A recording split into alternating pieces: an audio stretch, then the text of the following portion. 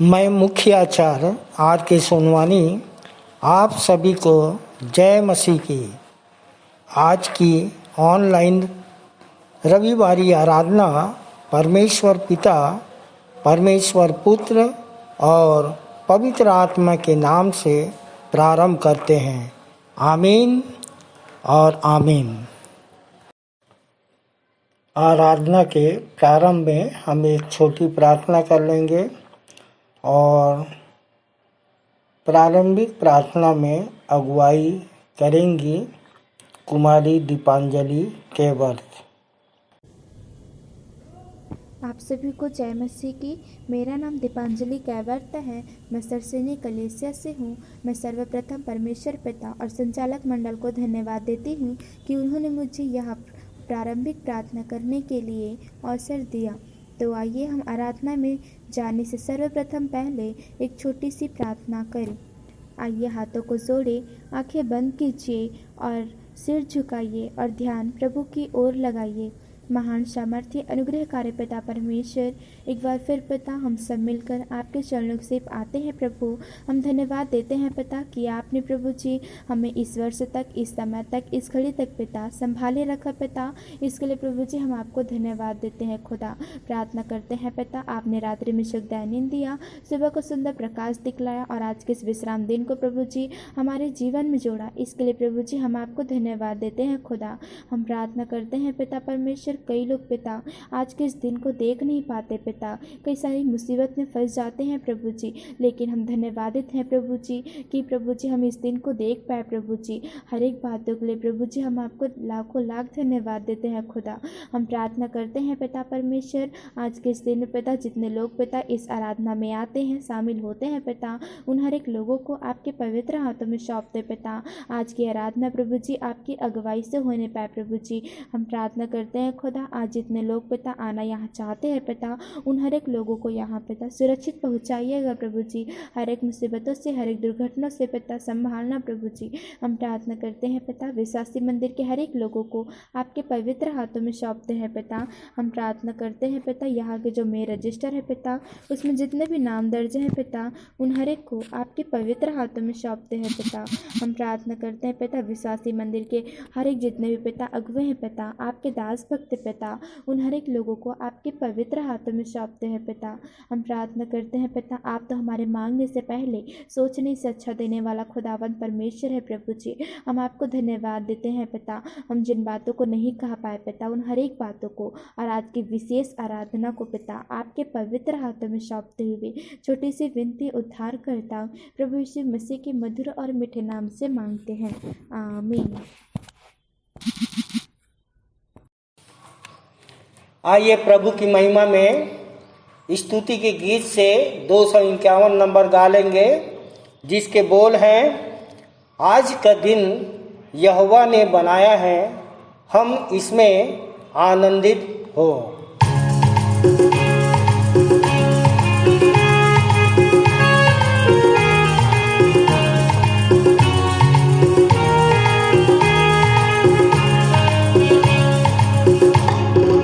आज का दिन यहोवा ने बनाया है, हम इसमें आनंदित हो, आनंदित हो। आज का दिन यहोवा ने बनाया है, हम इसमें आनंदित हो, आनंदित हो। प्रभु को महिमा मिले, चाहे हो मेरा अपमान, महिमा मिले, चाहे हो मेरा अपमान।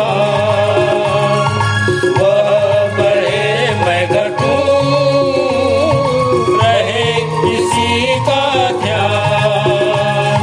वह बढ़े मैं घटूं, रहे किसी का ध्यान। आज का दिन यहोवा ने बनाया है, इसमें आनंदित हो, आनंदित हो। आज का दिन यहोवा ने बनाया है, हम इसमें आनंदित हो, आनंदित हो।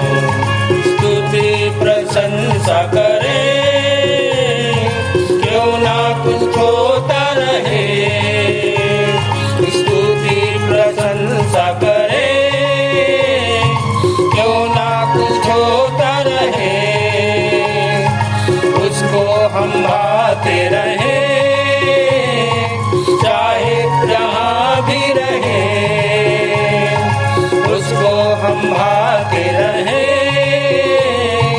चाहे जहाँ भी रहे। आज का दिन यहोवा ने बनाया है, हम इसमें आनंदित हो, आनंदित हो। आज का दिन यहोवा ने बनाया है, हम इसमें आनंदित हो, आनंदित हो। आता हूँ तेरे पास, मुझको है तुझ पर आस। आता हूँ तेरे पास, मुझको है तुझ पर आस। मुझको कबूल कर ले, पापों से शुद्ध कर दे। मुझको कबूल कर ले,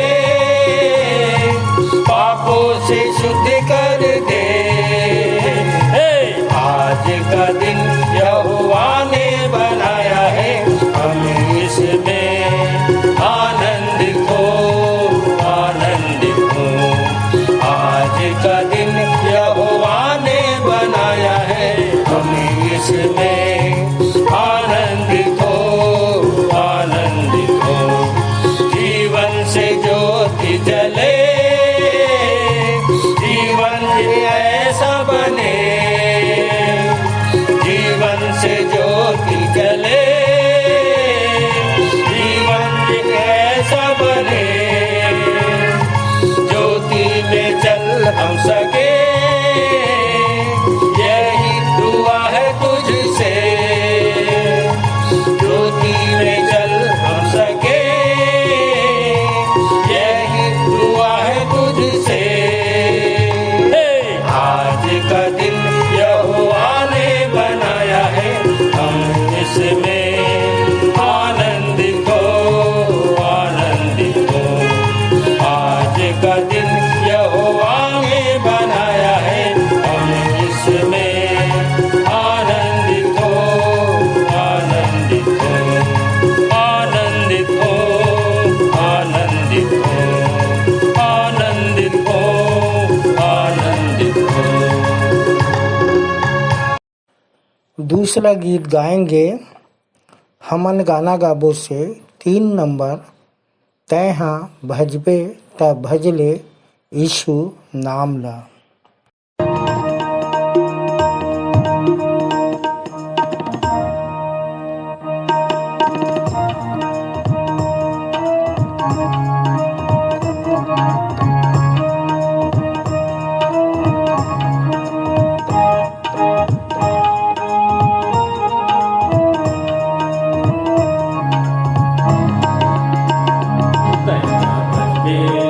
भजले यीशु नाम ला, तैहा भजबे त भजले यीशु नाम ला। का उन्हें तो जिंदगी माने मिले उधार का, उन्हें तो जिंदगी माने मिले उधार का। तैहा भजबे त भजले यीशु नाम ला, तैहा भजबे त भजले यीशु नाम ला। का उन्हें तो जिंदगी माने मिले उधार का, उन्हें तो जिंदगी माने मिले उधार का।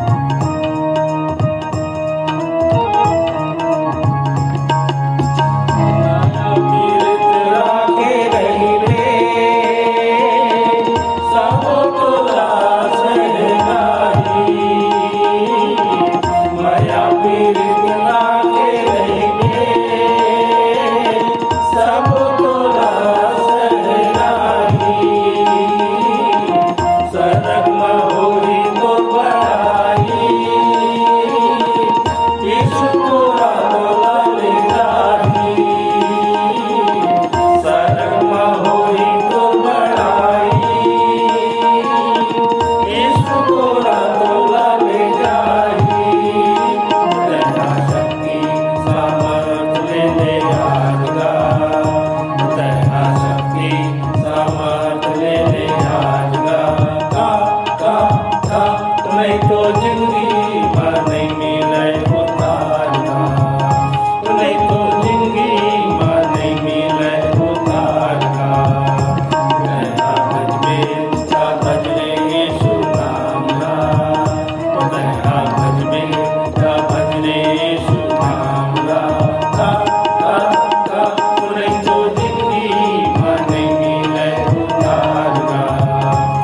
तो जिंदगी भर नहीं मिले उधार का।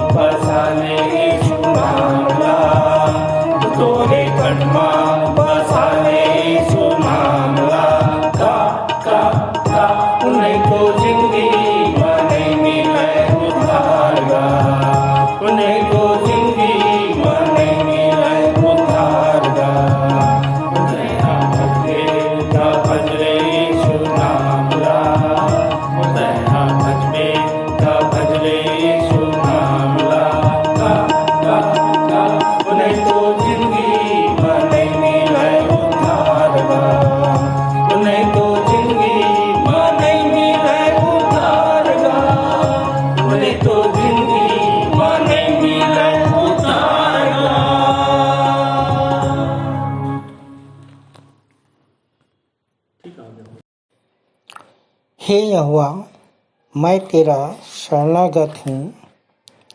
मेरी आशा कभी टूटने ना पाए। तू तो धर्मी है, मुझे छुड़ा और मेरा उद्धार कर। मेरी ओर कान लगा और मेरा उद्धार कर। मेरे लिए सनातन काल की चट्टान का धाम बन, जिसमें मैं नित्य आ सकूं। तूने मेरे उद्धार की आशा तो दी है, क्योंकि तू मेरी चट्टान और मेरा गढ़ ठहरा है। हे मेरे परमेश्वर, दुष्ट के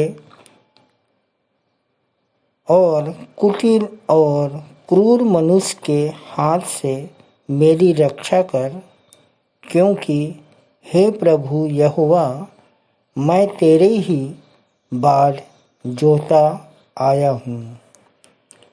आइए हम परमेश्वर की आराधना में जाएं। मुख्य आराधना के प्रारंभ में हम एक गीत गा लेंगे। स्तुति के गीत से 4 नंबर तेरे सन्मुख शीश नवाते हे जग के करतार।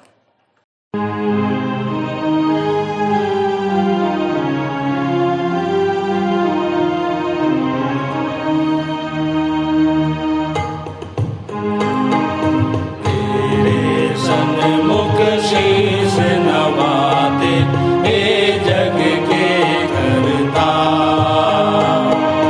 डूबते हुओं को दे दो सहारा, कर दो बेड़ा पार। तेरे सन्मुख शीश नवाते हे जग के करता, को दे दो सहारा, कर दो बेड़ा पार। पाप के बादल सर पर छाए, घिरा हुआ तूफान, तुम बिन नैया कौन संवारे मेरे प्रभु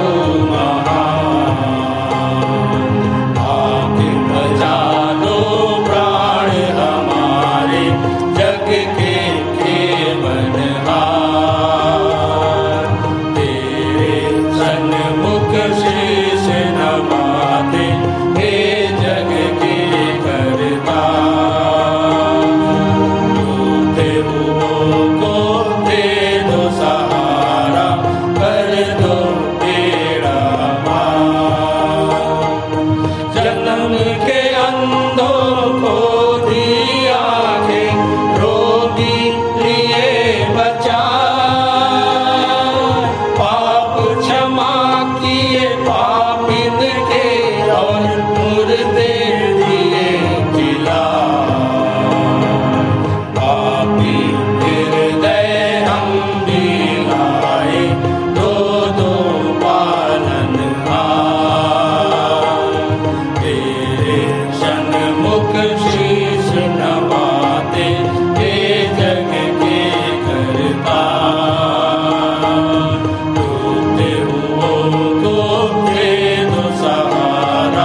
कर दो बेड़ा पार। सुंदर पक्षी पर्वत सागर सबके सृजनहार, आके विराजो मन मंदिर में, बंदे करे पुकार।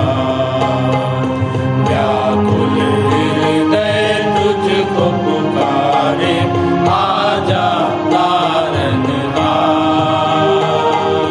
तेरे सन्मुख शीश नवाते हे जग के करता, डूबते हुओं को दे दो सहारा, कर दो बेड़ा पार।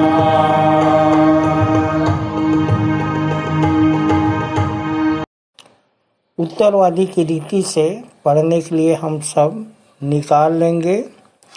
पहला तीमुथियुस 1 अध्याय उसका 1 से 20 पद तक पढ़ लेंगे और पढ़ने में अगुवाई करेंगी कुमारी चांदनी भारती और उत्तर देंगी कुमारी लक्ष्मी बंजारे। आप सबको जय मसीह की। मेरा नाम चांदनी भारती है और प्रभु में आए लगभग 8 वर्ष हो चुके हैं। आप सबको जय मसीह की। मेरा नाम लक्ष्मी बंजारे है और प्रभु में आए लगभग मुझे 8 वर्ष होने को है। आइए हम सब उत्तरवादी की रीति से पढ़ने के लिए निकाल लेंगे पहला तीमुथियुस 1 अध्याय उसका 1 से अंतिम पद तक। पहला पद मैं पढ़ूंगी और दूसरा पद आप सब बहन लक्ष्मी के साथ पढ़ लेंगे। पौलुस की ओर से हमारे उद्धारकर्ता परमेश्वर और हमारी आस मसीहा यीशु की आज्ञा के अनुसार जो मसीह यीशु का प्रेरित है, विश्वास में मेरे सच्चे पुत्र तीमुथियुस को पिता परमेश्वर और हमारे प्रभु मसीह यीशु की ओर से तुझे अनुग्रह, दया और शांति मिले। जैसा मैंने मैसिडोनिया जाते समय तुझसे इफिसुस में रहने का आग्रह किया था, अब भी वहीं रह, जिससे तू वहाँ कुछ लोगों को आदेश दे सके कि वे अन्य प्रकार की शिक्षा न दें, न उन दंत कथाओं और असीमित वंशावलियों पर ध्यान दे जो केवल निरर्थक विवाद को ही बढ़ाते हैं और परमेश्वर की उस योजना को पूर्ण नहीं करते जो विश्वास पर आधारित है।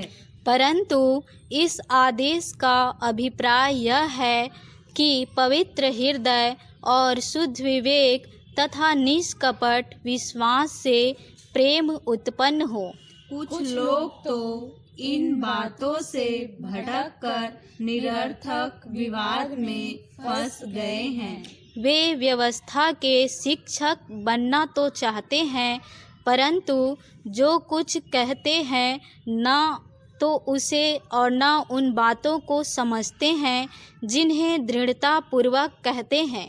परंतु हम जानते हैं कि यदि कोई व्यवस्था का उचित उपयोग करे तो व्यवस्था भली है।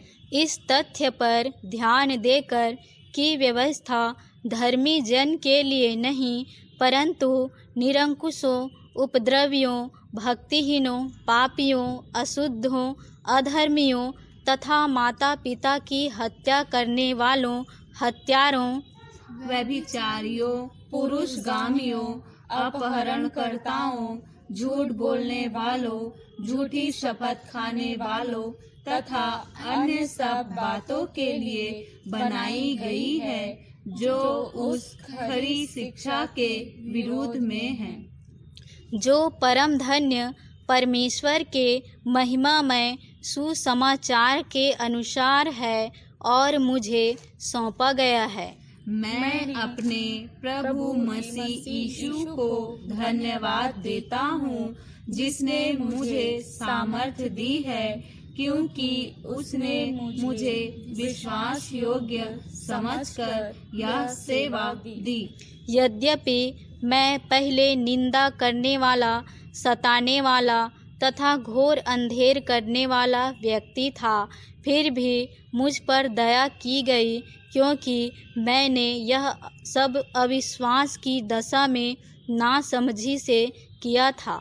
और हमारे प्रभु का अनुग्रह बहुतायत से हुआ और साथ ही वह विश्वास और प्रेम भी जो मसीह यीशु में है। यह एक विश्वसनीय और हर प्रकार से ग्रहण योग्य बात है कि मसीह यीशु संसार में पापियों का उद्धार करने आया, जिनमें सबसे बड़ा मैं हूँ। फिर भी मुझ पर इस कारण दया हुई कि मसीह यीशु मुझ सबसे बड़े पापी में अपनी पूर्ण सहनशीलता प्रदर्शित करे कि मैं उनके लिए जो उस पर अनंत जीवन के निमित्त विश्वास करेंगे आदर्श बनूं। अब युग युग के राजा अर्थात अविनाशी, अदृश्य और एक एवं एकमात्र परमेश्वर का आदर और महिमा युगानुयुग होती रहे। आमीन। हे मेरे पुत्र तीमुथियुस, तेरे विषय में जो भविष्यवाणियां पहले ही की गई थी, उन्हीं के अनुसार मैं तुझे यह आज्ञा सौंपता हूँ कि उनके द्वारा तू कुशलता से लड़ और विश्वास तथा अच्छे विवेक को बनाए रख, जिसकी उपेक्षा करके कुछ लोगों का विश्वास रूपी जहाज डूब गया है। अंतिम वचन हम सब एक साथ पढ़ लेंगे। इन्हीं में से हुमुनियुस और सिकंदर हैं, जिन्हें मैंने शैतान को सौंप दिया है कि उन्हें इस निंदा ना करने का पाठ सिखाया जाए। पिता परमेश्वर अपने इस वचन के पढ़े और सुने जाने पर हम सब को आशीष दे। आमीन। आइए हम विश्वास वचन बोलें। मैं सर्वशक्तिमान पिता पर स्वर्ग और पृथ्वी के सृजनहार परमेश्वर पर विश्वास रखता हूँ। मैं उसके एकलौते पुत्र हमारे प्रभु यीशु मसीह पर, जो पवित्र आत्मा के सामर्थ के द्वारा कुमारी मरियम से जन्मा, जिसने पोंतियुस पिलातुस के राज्य में दुख उठाया, जो क्रूस पर टांगा गया और मारा गया, जो गाड़ा गया और अदृश्य लोक में पहुंचा, और तीसरे दिन मृतकों में से फिर जी उठा, जो स्वर्ग पर चला गया और सर्वशक्तिमान पिता परमेश्वर के दाहिने हाथ विराजमान है, और जीवितों और मृतकों का न्याय करने फिर आने वाला है। विश्वास रखता हूँ मैं पवित्र आत्मा पर, पवित्र सार्व कलीसिया पर, संतों की संगति पर, देह के पुनरुत्थान पर, पापों की क्षमा पर और अनंत जीवन पर विश्वास रखता हूँ। आमीन। सामान्य सामाजिक एवं पारिवारिक कलीसियाई प्रार्थना कर लेंगे। आचार्य पूनम साहू की अगुवाई में। आप सबको जय मसीह की। मेरा नाम आचार्य पूनम साहू है और विश्वासी मंदिर से जुड़े हुए 14 वर्ष हो चुके।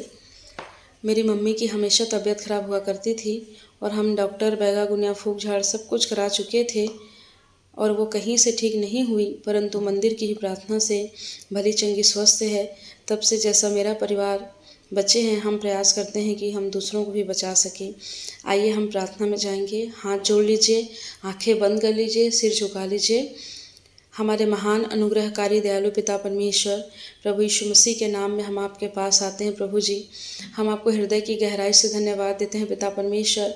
बीते सप्ताह आपने हम सबों को संभाले रखा, भला चंगा स्वस्थ रखा पिता परमेश्वर। और प्रभु जी, अपनी आशीषों की भरपूरी आपने हमारे जीवन में प्रदान की। हम धन्यवाद करते हैं कि हम मिट नहीं गए, आपकी महाकरुणा का प्रतिफल है। और जीते जी ही प्रभु जी हम स्वर्गीय राज्य में प्रवेश करने पाए हैं, स्वर्गीय अनुभूति करने पाए हैं पिता परमेश्वर। हम आपका हृदय की गहराई से धन्यवाद करते हैं प्यारे परमेश्वर पिता। आपसे प्रार्थना और विनती करते हैं प्यारे प्रभु जी, आज की आराधना में पिता परमेश्वर जितने लोग भी सम्मिलित होते हैं पिता, हर एक के मनों को आप तैयार कीजिए प्रभु जी, ताकि पिता परमेश्वर हम आपकी ओर निहारने पाए पिता परमेश्वर, आपके वचन को सुनने पाए प्रभु जी, आपके गीतों को गाने पाए पिता परमेश्वर, और प्रभु जी आपके नाम की गवाहियाँ देने पाए पिता परमेश्वर पिता। हम आपसे प्रार्थना और विनती करते हैं, जहाँ कहीं प्रभु जी आज के दिन में आराधना होती है पिता, उन सब स्थानों में आपकी उपस्थिति को चाहते हैं पिता परमेश्वर। हम आपसे प्रार्थना और विनती करते हैं हमारे देश के अगुओं के लिए, समाज के पदाधिकारियों के लिए, और जितने भी हमारे देश व समाज का संचालन करते हैं प्रभु, उन सब को भी आप समझ, बुद्धि और ज्ञान की आत्मा दीजिएगा, ताकि पिता परमेश्वर उनके नीति निर्णयों के द्वारा प्रभु जी हमारे देश में अमन और शांति बनी रह सके, और किसी भी प्रकार के पिता परमेश्वर धार्मिक बातों में प्रभु जी विरोध की स्थिति उत्पन्न न होने पाए पिता परमेश्वर। परंतु प्रभु जी हम पिता आपका जो काम है, आपका जो प्रचार है, उसे स्वतंत्र रूप से करने पाए प्रभु जी। और पिता हर एक रोकने वाली वस्तुओं को, बाधाओं को पिता परमेश्वर, शैतानी बाधाओं को प्रभु जी आप दूर कीजिएगा प्यारे पिता, ताकि आपके नाम का सुसमाचार और भी प्रभु जी जोर शोर से हम सुनाने वाले हो सके। हम आपसे प्रार्थना और विनती करते हैं हमारे संडे स्कूल के लिए, टीचर्स के लिए, बच्चों के लिए, उन पर भी आपकी आशीष हो प्यारे प्रभु जी। जबकि पिता परमेश्वर उन्हें बचपन से ही तैयार करते हैं और मसीही शिक्षक उनके अंदर डालते हैं, तो प्यारे पिता परमेश्वर वो संसार की बुरी बातों से बचे रहकर आपके वचन के शिक्षा को आत्मसात कर सके और प्रभु जी आपके दिल और अनुग्रह में बढ़ते चले जाए। और उसी प्रकार से सारी टीचर्स पर भी आपकी आशीष हो। मंदिर के संचालक जी के लिए पिता, जो आपने हमें ऐसा गुरु आपने दिया है प्यारे प्रभु जी, जो कि हमें प्रतिदिन पिता परमेश्वर सिखाते हैं। और प्रभु जी न केवल सिखाते हैं परंतु वो खुद भी पिता परमेश्वर उन कार्यों को करके दिखाते हैं। तो प्रभु हम आपसे प्रार्थना करते हैं उनके भी जीवन में आपकी आशीष हो, उनका पूरा परिवार पिता परमेश्वर बहुतायत से आशीषित होने पाए प्रभु जी। और पिता हम आपसे प्रार्थना करते हैं कि उनके दर्शन प्रकाशन के द्वारा हम और भी अनुग्रहित होने पाए। पिता हम आपसे प्रार्थना करते हैं मंदिर के सह संचालक जी के लिए, सहायक संचालिकाओं के लिए, सभी आचार्यगण के लिए पिता हर एक के जीवन में आपकी आशीष हो, जो तन मन धन से प्रभु जी आपकी सेवा में लगे रहते हैं पिता परमेश्वर, आपके लिए बहुत सारी आत्माओं की भेंट लाते हैं पिता, उन सब के जीवन में आपकी बहुतायत की आशीष हो। हम आपसे प्रार्थना और विनती करते हैं पिता परमेश्वर, जहाँ कहीं दूर दूर से प्यारे प्रभु जी आपके पवित्र आराधनालय में आते हैं पिता, वे सब भी शांति और विश्राम प्राप्त करने पाए, अपनी समस्या से समाधान प्राप्त करने पाए पिता परमेश्वर। आज की आराधना में प्रभु जी आप ही हमारे सहायक होइएगा प्यारे परमेश्वर पिता, ताकि जो भी वक्ता हैं वो आपके आत्मा में होकर बोलने पाए पिता परमेश्वर। बोलने वाले वो नहीं परंतु आप उनके अंदर से बोलें प्रभु जी। पिता परमेश्वर आज के दिन में गवाहियों का दिया जाना और भेंटों का लिया जाना, गीतों का गाया जाना, ये सब कुछ पिता परमेश्वर आपको सुखदायक सुगंध के रूप में प्रभु जी ग्रहण योग्य होने पाए पिता परमेश्वर। विशेषकर उन लोगों के लिए जो ऑनलाइन माध्यम से प्रभु जी आपकी आराधना में सम्मिलित होते हैं, जहाँ कहीं रहकर प्यारे प्रभु उन सब के भी आप संग और साथ होइएगा प्यारे परमेश्वर पिता, ताकि प्रभु जी वो अपने अपने क्षेत्र में अपने अपने स्थानों में प्रभु जी आपके नाम की महिमा करने पाए और बहुत सारी आत्माओं को बचाने पाए पिता परमेश्वर। सो ऐसे हमारे प्रत्येक भाई बहनों पर हम आपकी आशीष को चाहते हैं प्रभु जी। हम आपसे प्रार्थना और विनती करते हैं आज के दिन में जितने नए लोग आते हैं पिता परमेश्वर, आपके वचन को सुनते हैं प्रभु जी, उनके भी पिता परमेश्वर गाँठ गाँठ और गुदे गुदे में प्रभु जी आपका जो वचन है पिता परमेश्वर वो प्रभु जी छिदने पाए पिता परमेश्वर, ताकि वो भी सच्चे ईश्वर को जानने पाए पिता परमेश्वर। प्रभु जी हम आपसे प्रार्थना और विनती करते हैं प्रभु जी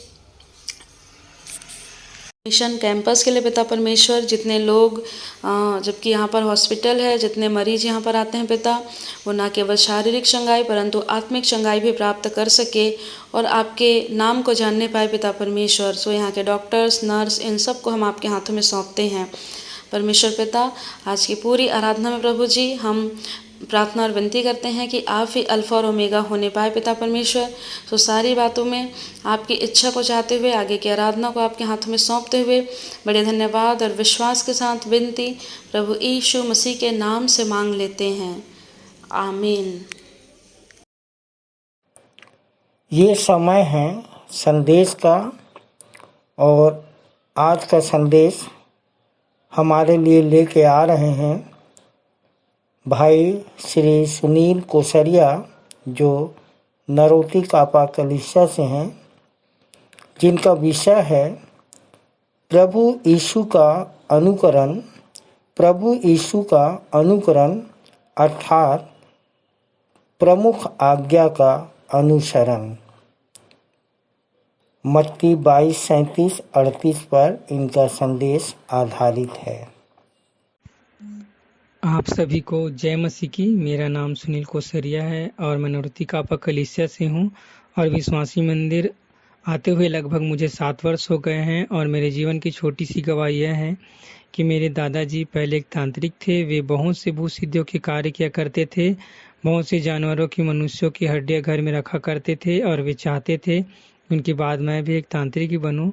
पर जब उनकी मृत्यु हुई तो जितनी शैतानी शक्तियों को वो सिद्ध करके रखे हुए थे वे सब हम पर हावी हो गए और हम समस्या में पड़ गए। तब भाई कमल सूर्यवंशी के द्वारा गुरु मंत्र का पर्चा मिला और विश्वासी मंदिर को हम लोगों को लाया गया और हमारे लिए प्रार्थना हुआ और हम लोगों को भी प्रार्थना करना सिखाया गया। और कुछ ही दिनों के बाद हमारी समस्या ठीक हो गई और जैसे हम बचे हैं वैसे आज दूसरों को बचाने का प्रयास करते हैं।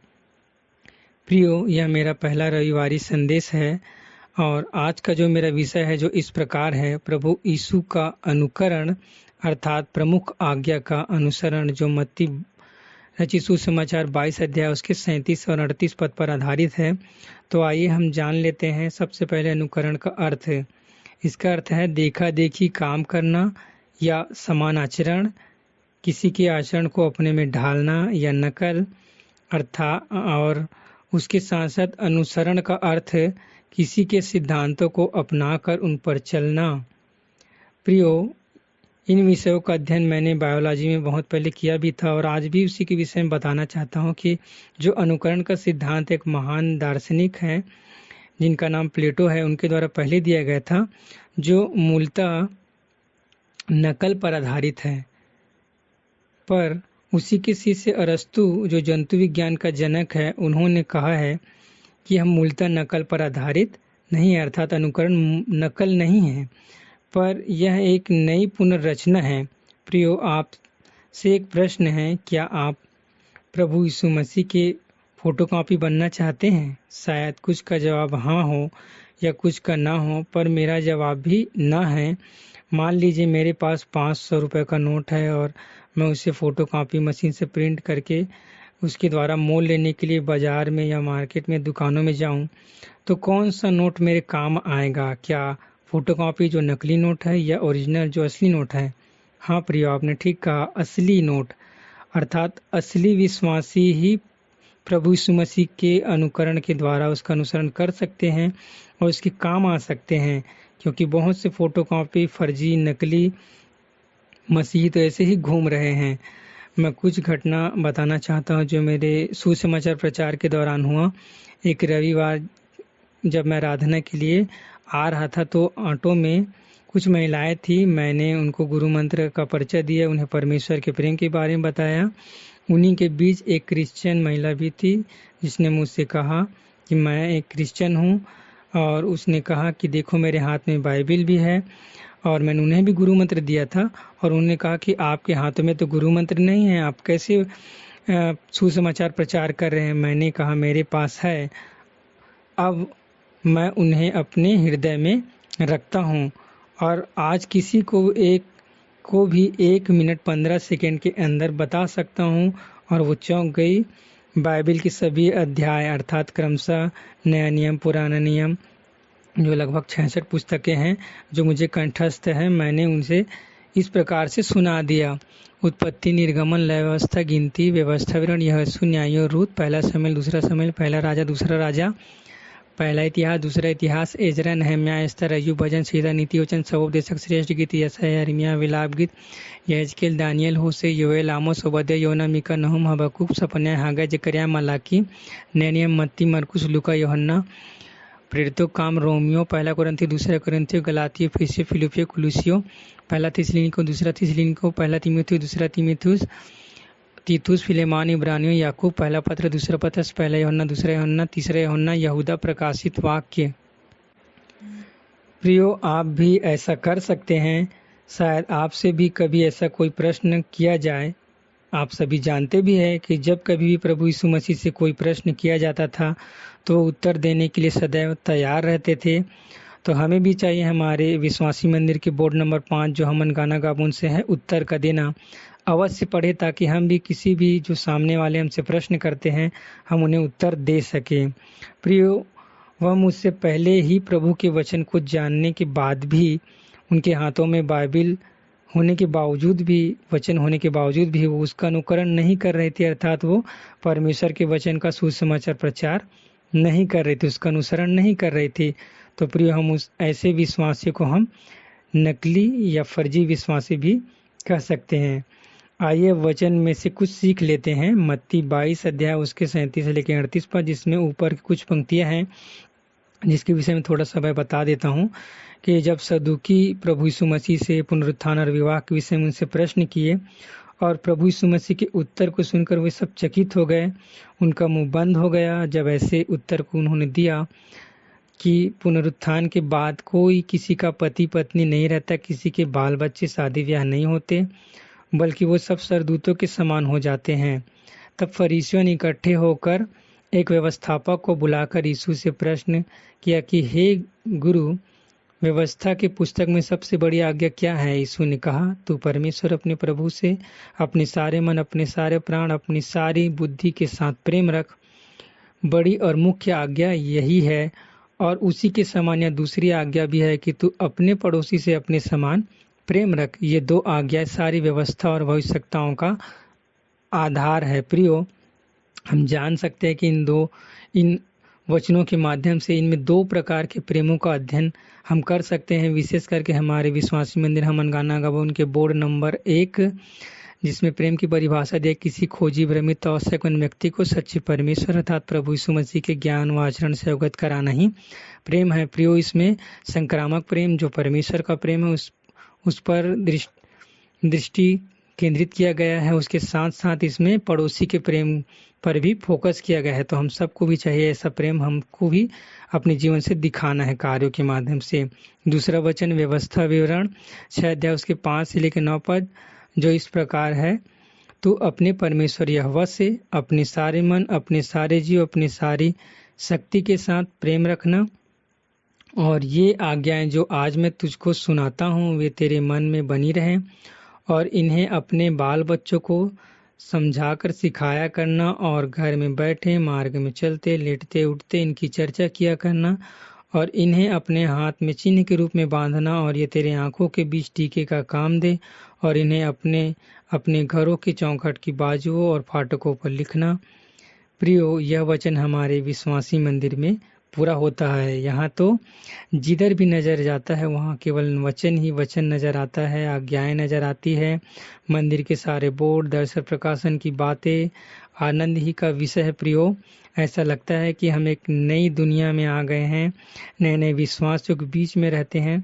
प्रियो, यहाँ प्रभु यीशु मसीह का अनुकरण करना व अनुसरण करना भी सिखाया जाता है, उनके पद चिन्हों पर चलना भी सिखाया जाता है।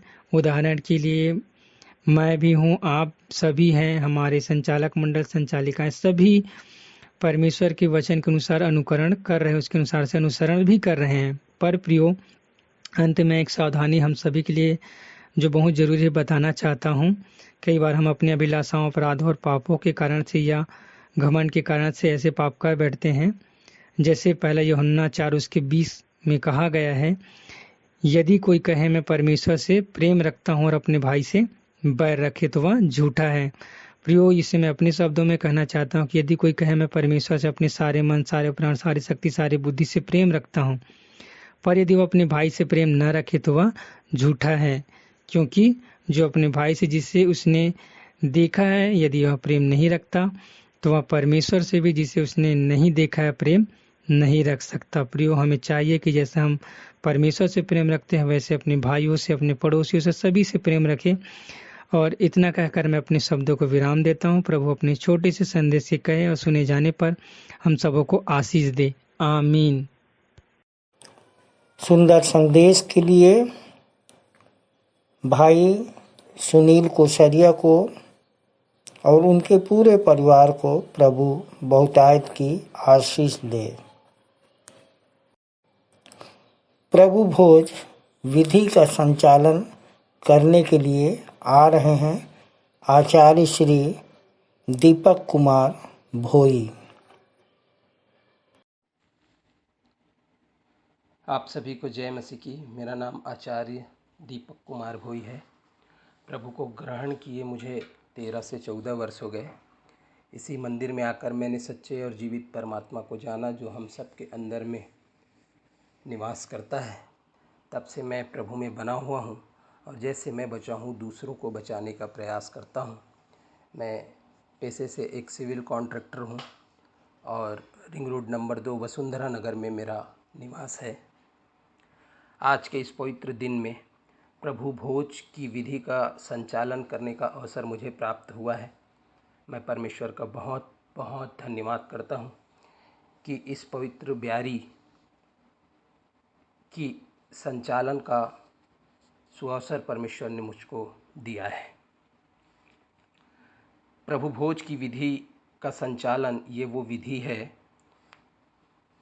जिसमें सहभागी होने से सचमुच हम सब स्वतंत्र हो जाते हैं। दूसरे शब्दों में हम कह सकते हैं कि ये जो विधि है गुलामी से आज़ादी की विधि है।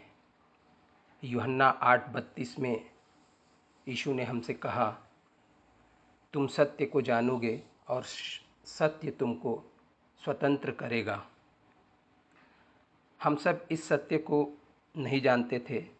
हम सब इस सत्य से अनभिज्ञ थे कि जो लहू हमारे अंदर बहता है वास्तव में वह लहू हमारा नहीं है, पर किसी ने हमारे लिए अपने शुद्ध लहू को दिया है। ये जो हमारी देह है वास्तव में ये देह हमारी नहीं है। इस देह के लिए किसी ने अपने देह को हमारे लिए दे दिया है। हम इन बातों को पहले नहीं जानते थे और हम गुलामी में जीवन व्यतीत करते थे। हम पुराने नियम में देखते हैं कि मिस्र की भी एक गुलामी में लोग जीवन यापन करते थे और उस गुलामी से तो परमेश्वर ने उनको आज़ाद कर दिया, स्वतंत्र कर दिया, और जिसलिए वो फसह का पर्व मनाते हैं। ये तो एक सांसारिक और शारीरिक स्वतंत्रता थी, परंतु ये जो प्रभु की देह है, ये जो प्रभु भोज की विधि है, ये हमको वास्तव में सचमुच में स्वतंत्र करता है। ना सिर्फ शारीरिक रीति से, पर ये हमारे लिए जो आत्मिक बंधनें थी, जो हमारे जीवन में परमेश्वर तक पहुँचने में जो बाधाएं थीं, उन सब बाधाओं को, उन सब विधियों के लेख को इस विधि के द्वारा, इस देह, प्रभु के इस देह और प्रभु के इस लहू स्वरूप दाखरस को लेने के द्वारा हम सब वास्तव में स्वतंत्र हो जाते हैं। और जब हम आत्मिक जीवन में आगे बढ़ते हैं तो इस स्वतंत्रता को बनाए रखने के लिए, इस आज़ादी को बनाए रखने के लिए, कि जब हम इस आज़ादी को जान चुके हैं, हम इस आज़ादी को कैसे महसूस करते हैं, क्या इस आज़ादी का सही इस्तेमाल हम करने पाते हैं, क्या हम इसको अपने अंदर बनाए रख पाते हैं, इस बात पर निरंतर विचार करने हेतु प्रभु ने स्मरण स्वरूप इस विधि को आपके और मेरे लिए स्थापित किया है। ये वो आज़ादी की विधि है जिसमें हमारी देह पापमय जीवन में दोबारा ना व्यतीत करे।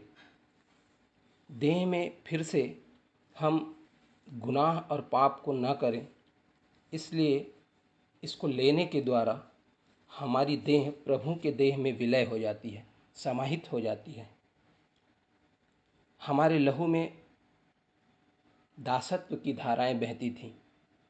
प्रभु ने अपने उस शुद्ध लहू को हमारे लिए इसलिए बहा दिया कि हमारे अंदर जो पाप और दासत्व से भरी हुई लहू थी, उस लहू को हम शुद्ध कर सकें और हम दोबारा से फिर से दासत्व के जुए में न जीतें। इसलिए परमेश्वर ने हमसे गलातियों 5:1 में भी कहा कि मसीह ने स्वतंत्रता के लिए हमको स्वतंत्र किया है, ताकि हम फिर से दासत्व के जुए में, गुलामी के जुए में, सांसारिक जीवन में फिर से हम न जूतें, फिर से हम न जिएं। इसलिए परमेश्वर ने हमसे ऐसा बड़ा प्रेम किया। ये विधि सिर्फ एक विधि नहीं है, पर ये विधि आज़ादी की है, वास्तविकता की है, मुक्ति का है, और ये लहू अनंत जीवन के लिए ये विधि आपके और मेरे लिए है। प्रियो, इसको लेने के बाद हम स्वतंत्र होकर परमेश्वर के लिए कार्य कर सकें और उसके लहू और उसके देह के प्रतीक के स्वरूप में ये प्रभु भोज को जब हम ग्रहण करते हैं तो हम प्रभु में जीवन व्यतीत करने के लिए बाध्य हो जाते हैं। हम परमेश्वर का बहुत धन्यवाद करते हैं कि उसने आपके और मेरे लिए, हम सब के लिए ऐसा उपाय किया कि हम परमेश्वर के स्वरूप में होकर परमेश्वर के दिए हुए कार्य को करने के लिए आज एकत्रित होते हैं। इस छोटे से संदेश के द्वारा परमेश्वर आपको और मुझे बहुतायत की आशीष दे। आप सभी को जय मसीह की।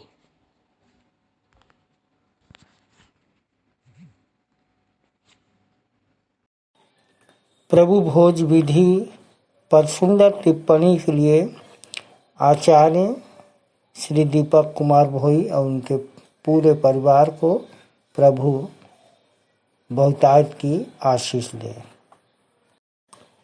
आइए अपनी अपनी भेंटों एवं धन्यवादी भेंटों को देने के द्वारा परमेश्वर की महिमा करेंगे। इस समय गीत गा लेंगे। हमन गाना गाबो से 58 नंबर प्रभु का धन्यवाद करूँगा।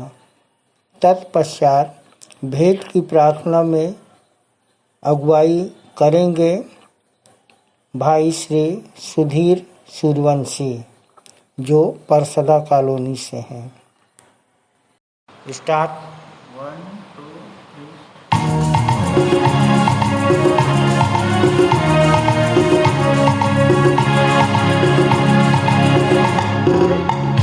प्रभु का धन्यवाद करूंगा, उसकी संगति में सदा रहूंगा।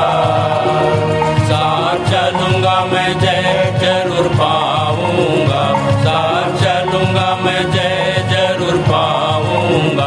प्रभु का धन्यवाद करूंगा। ना देगी मुझे दुनिया कभी भी कोई सुख और शांति आराम, ना देगी मुझे दुनिया कभी भी कोई सुख और शांति आराम। मेरे यीशु के साथ धन्य संगति में सदा मिलती खुशी मुझको। मेरे यीशु के साथ धन्य संगति में सदा मिलती खुशी मुझको। प्रभु का धन्यवाद करूंगा, उसकी संगति में सदा रहूंगा। साथ चलूंगा मैं जय जरूर पाऊंगा, साथ चलूंगा मैं जय जरूर पाऊंगा। प्रभु का धन्यवाद करूंगा। मेरी जिंदगी की हर परेशानी में खुल जाता है आशा का द्वार। मेरी जिंदगी की हर परेशानी में खुल जाता है आशा का द्वार। कभी ना डरूंगा, कभी ना हटूंगा, चाहे जान भी देना पड़े। कभी ना डरूंगा, कभी ना हटूंगा, चाहे जान भी देना पड़े। प्रभु का धन्यवाद करूंगा, उसकी संगति में सदा रहूंगा। साथ चलूंगा मैं जय जरूर पाऊंगा, साथ चलूंगा मैं जय जरूर पाऊंगा। प्रभु का धन्यवाद करूंगा। कितना अच्छा है वो, कितना धन्य है वो, यीशु ही मेरे जीवन का साथी। कितना अच्छा है वो, कितना धन्य है वो, यीशु ही मेरे जीवन का साथी। मेरी जरूरतों को पूरा करता है वो, कोई घटी नहीं मुझको। मेरी जरूरतों को पूरा करता है वो, कोई घटी नहीं मुझको। प्रभु का धन्यवाद करूंगा, उसकी संगति में सदा रहूंगा। साथ चलूंगा मैं जय जरूर पाऊंगा, साथ चलूंगा मैं जय जरूर पाऊंगा। प्रभु का धन्यवाद करूंगा। मेरी आयु के दिन पग पग में सदा तेरी सेवा को पूरी करूंगा। मेरी आयु के दिन पग पग में सदा तेरी सेवा को पूरी करूंगा। एक बत्ती समान जलता रहूंगा, तेरी महिमा मेरी कामना। एक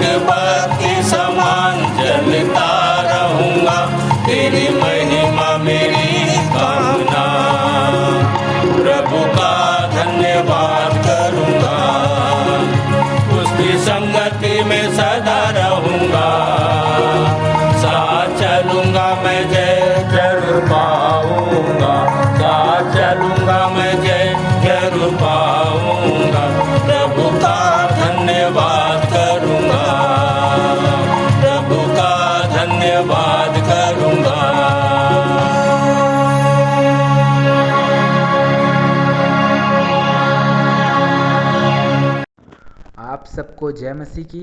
मेरा नाम सुधीर कुमार सूर्यवंशी है। परमेश्वर प्रभु यीशु मसीह में विश्वास करते हुए मुझे लगभग 4 वर्ष हो चुके हैं। परमेश्वर पिता और हमारे संचालक मंडल का मैं धन्यवाद करता हूँ कि भेंट की प्रार्थना करने के लिए ये अवसर मुझे प्राप्त हुआ है। आइए हम भेंटों के लिए प्रार्थना करेंगे। हाथ जोड़े, आंख बंद करें और ध्यान परमेश्वर की ओर लगाएं। स्वर्ग के झरोखे खोलकर अपरंपार आशीषों की वर्षा करने वाले परमेश्वर, पृथ्वी और पृथ्वी में की सारी वस्तुओं को बनाने वाले प्रभु जी, हम एक बार फिर से प्रभु यीशु मसीह के नाम में आपके पास आते हैं। हमारे प्रति आपकी उदारता के लिए हम आपका बहुत धन्यवाद करते हैं। प्रभु जी, आपने हम सभी के जीवन में अनेकों आशीषें प्रदान किए हैं। प्रभु जी, उन्हीं आशीषों में से छोटा सा अंश भेंट के स्वरूप हम आपके पास लाए हैं। पिता, इसे बड़ी दया से ग्रहण कर लीजिए प्रभु जी, और ऐसा हो सके कि ये भेंटें आपके राज्य की बढ़ती एवं महिमा के कार्यों में खर्च किया जा सके प्रभु। और जो अंश हमने अपने पास रखा है उसे भी खर्च करने की सद्बुद्धि दीजिए पिता। जिन भाई बहनों ने ये भेंटें चढ़ाई है, उनके आय के स्रोतों में, बाल बच्चों एवं भविष्य की योजनाओं में आपकी विशेष आशीष को चाहते हैं पिता। जिन्होंने विशेष भेंटें चढ़ाई हैं, जैसे कि दाल, चावल, सब्जी, अन्य चीज़ें, उनके जीवन में ये स्वर्ण अवसर बार बार आ सके प्रभु, और उनके भंडार हमेशा भरे पूरे और आशीषित रहे। हम ऐसी आपसे विनती प्रार्थना करते हैं। हम प्रार्थना करते हैं कि हम मौद्रिक मानसिकता के ना बने, पर अपने आप को जीवित, पवित्र और आपको भावता हुआ बलिदान चढ़ाने वाले हो सके पिता। हमारी प्रार्थना सुनने के लिए प्रभु जी हम आपका धन्यवाद और धन्यवाद करते हैं। शेष आराधना को आपके पवित्र सामर्थी हाथों में सौंपते हुए इस छोटी विनती को प्रभु यीशु मसीह के नाम से मांगते हैं, आमीन। मैं मुख्य आचार्य R.K. सोनवानी आप सभी को जय मसीह की। आप लोगों को सूचना से अवगत करा दूं, हमारी रविवारी आराधना ऑनलाइन और ऑफलाइन दोनों चलती है। समय का विशेष ध्यान दें। प्रातः 10 बजे से दोपहर 12:30 बजे तक। जिनको जिनको आराधना में जिम्मेदारी दी जाती है, उनको ऑनलाइन और ऑफलाइन दोनों में बोलना है। ऑनलाइन के लिए अपना ऑडियो बनाकर शुक्रवार शाम तक अवश्य ही मुझको भेज देवे। विशेष सूचना प्रायः यह देखा जा रहा है कि ऑनलाइन आराधना में जो प्रार्थना उत्तरवादी पाठ है, जो संदेश है, कि रिकॉर्डिंग शुक्रवार शाम तक नहीं भेजी जाती, जिससे शनिवार रात भर सेटिंग करने में लग जाता है। अतः अब संचालक मंडल द्वारा निर्णय लिया गया है कि जिसकी रिकॉर्डिंग शुक्रवार शाम तक नहीं पहुंचेगी, उसे आने वाले समय में अवसर नहीं दिया जाएगा। तदनुसार इस आदेश का कड़ाई से पालन किया जाएगा। आदेशानुसार संचालक मंडल, विश्वासी मंदिर, बिलासपुर।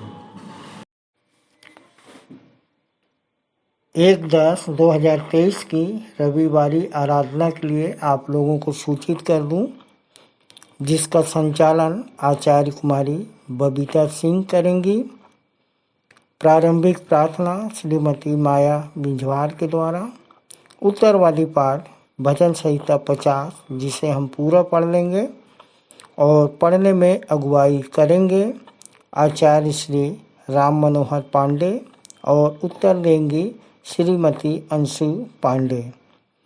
सामान्य, सामाजिक एवं पारिवारिक कलीसियाई प्रार्थना में अगुवाई करेंगे सह संचालक श्री आशीष जलाल जी। संदेश होगा डॉक्टर सविता पाईवाल के द्वारा, जो जयपुर राजस्थान से हैं। प्रभु भोज विधि का संचालन सह संचालिका डॉक्टर अर्पणा राम जी के द्वारा। भेंट की प्रार्थना श्रीमती भारती जैकब के द्वारा, जो जयपुर राजस्थान से हैं। मुख्य संदेश अपने संचालक जी के द्वारा उत्तरवादी पाठ पर सुनते हैं। अंतिम प्रार्थना आचार्य श्री पंडित चंद्रशेखर देव तिवारी शास्त्री के द्वारा और संचालक जी की आशीष से आज की सभा का समापन करेंगे। धन्यवाद। आइए और अंत में सुन लेते हैं अपने मंदिर के संचालक जी द्वारा पिछले सप्ताह के संदेशों की समीक्षा, मंदिर की वर्तमान स्थिति एवं भविष्य की योजनाएं तथा उत्तरवादी पाठ पर संक्षिप्त टिप्पणी। सबको प्रभु यीशु मसीह के मधुर और धन्य नाम पर जय मसीह की। प्रियो, परमेश्वर का धन्यवाद हो कि हम मनुष्यों के लिए उसने कुछ समय इस पृथ्वी पर जो निर्धारित किया है, हमको सब कुछ दिया है और वो चाहता है कि हम उसकी आज्ञा को मानें और उसके कार्यों को भी करें। परंतु प्रायः ये होता है कि एक तो संसार में लोगों को समझ में नहीं आता कि परमेश्वर हमसे क्या चाहता है और हमको क्या करना चाहिए। और कई बार ऐसी भी बातें होती हैं जबकि लोग सोचते हैं कि मैं जो रीति विधि पूरी कर रहा हूँ या जो कुछ कर रहा हूँ वो पर्याप्त है, और ये एक अच्छी बात है।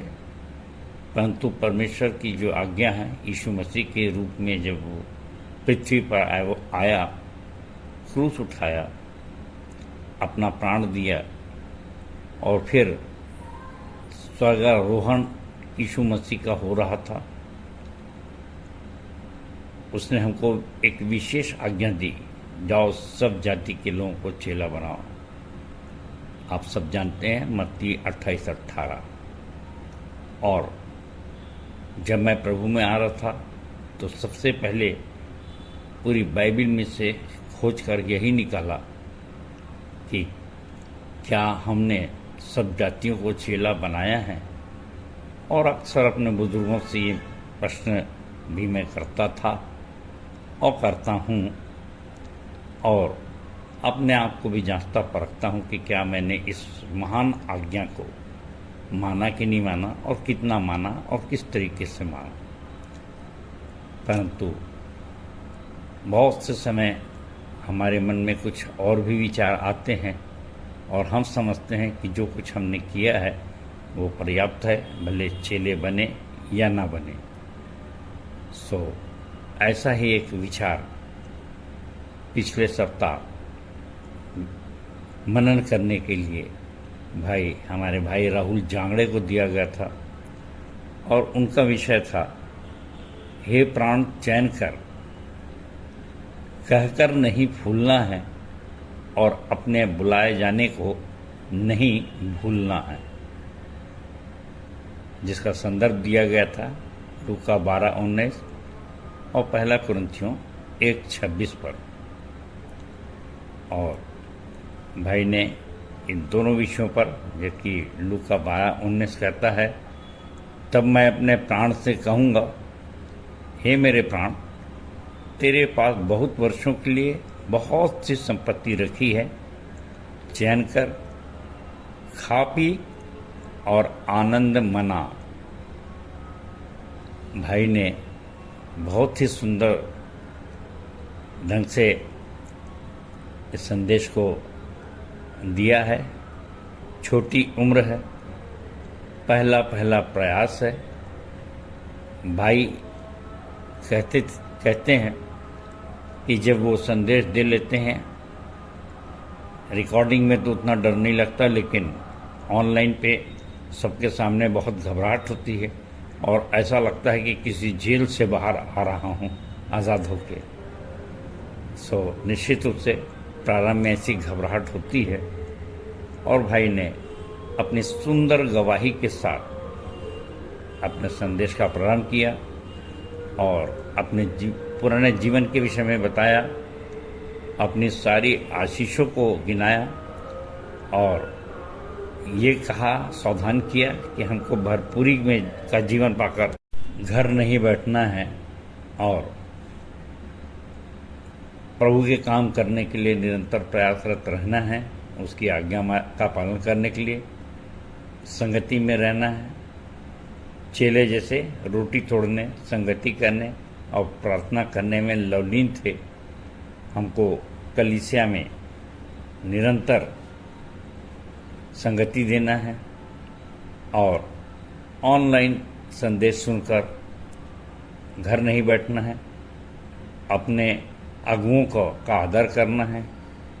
और बाकायदा उन्होंने बताया कि यीशु मसीह ने कहा कि दास अपने स्वामी से कभी बड़ा नहीं होता, सो अगुओं की बातें सुनना है। क्यों? क्योंकि हमने कभी पौलुस को और यीशु को और बाइबल के और भी पात्रों को नहीं देखा है, परंतु अपने अगुओं को देखते हैं, उनकी अच्छाइयों का हमें अनुसरण करना है और हमेशा किसी भी कार्य के लिए घमंड नहीं करना है। मैं स्मरण करता हूँ कि मेरी जेब में 5 रुपये भी नहीं रहते थे, परंतु आज मैं पूरी तरह संपन्न हूँ। मेरी दुकान, मेरी होटल, सब कुछ बहुत अच्छे से चल रहे हैं और इस प्रकार से मैं स्मरण रखता हूँ 1 कुरिन्थियों 26 को, जहाँ लिखा है, हे भाइयों, अपने बुलाए जाने का तो सोचो कि न शरीर के अनुसार बहुत ज्ञानवान, न बहुत सामर्थी और न बहुत कुलीन बुलाए गए, परंतु परमेश्वर ने जगत के मूर्खों को चुन लिया है कि ज्ञानवानों को लज्जित करें और ज्ञानवानों को लज्जित करे।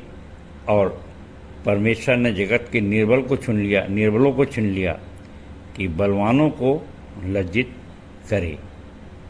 और प्रकाशित वाक्य 3:17 में परमेश्वर का वचन कहता है कि धनी तू जो अपने आप को धनी समझता है, तू नहीं जानता तू अभागा, तुच्छ, अंधा, कंगाल और नंगा है। सो हमेशा व्यवस्था 8:2 के अनुसार स्मरण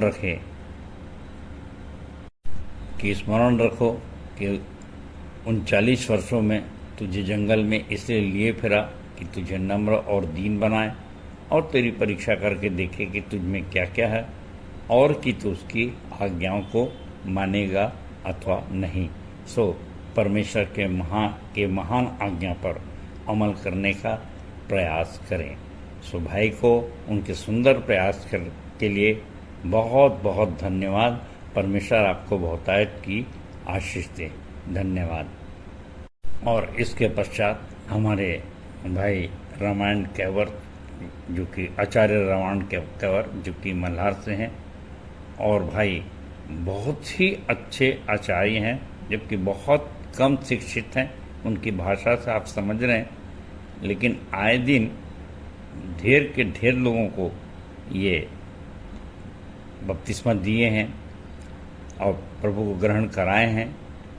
और ये आश्चर्य लगता है कि इतने कम शिक्षित व्यक्ति भी कैसे सुसमाचार का प्रचार करते होंगे, क्योंकि हम तो जो सामाजिक लोग हैं, बड़े बड़े चर्चेस के मेंबर हैं, हम जानते हैं कि बहुत थियोलॉजी पढ़े लोग बहुत से ज्ञान बांटते हैं, परंतु यहाँ पर ये मिसाल है जो हमारे भाई राहुल जांगड़े ने अभी रखा कि अपने बुलाए जाने का तो सोचो, 1 कुरिन्थियों 1:26 का, कि कैसे लोग बुलाए गए और उसकी एक मिसाल है भाई।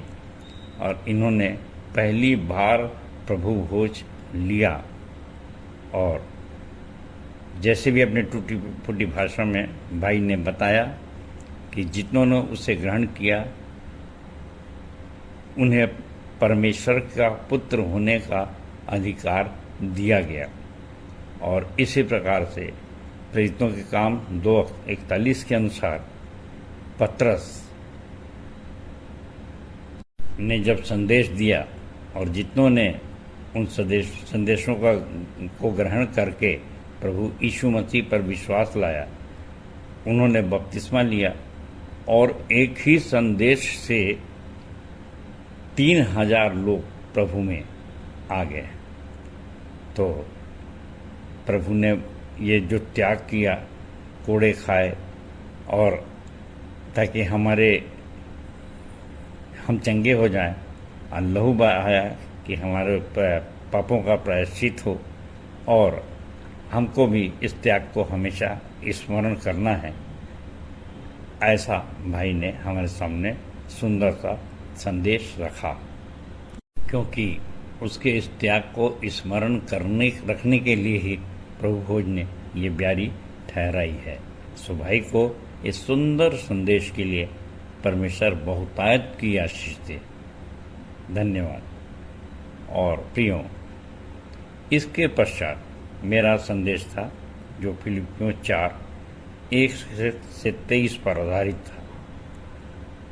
और प्रियो, इसके मुख्य पद को जो फिलिपियों 4 का 8वां पद है, प्रभु में सदा आनंदित रहो। मैं फिर कहता हूँ, आनंदित रहो। सो ये फिर कहने की आवश्यकता क्यों पड़ी, इस पर मैंने प्रकाश डाला। और फिर और आनंदित रहने के बीच में एक बड़ा भेद है, और वो भेद ये है कि हमारे सामने हमेशा हम आनंदित रहना चाहते हैं, परंतु परिस्थितियाँ विपरीत हो जाती हैं।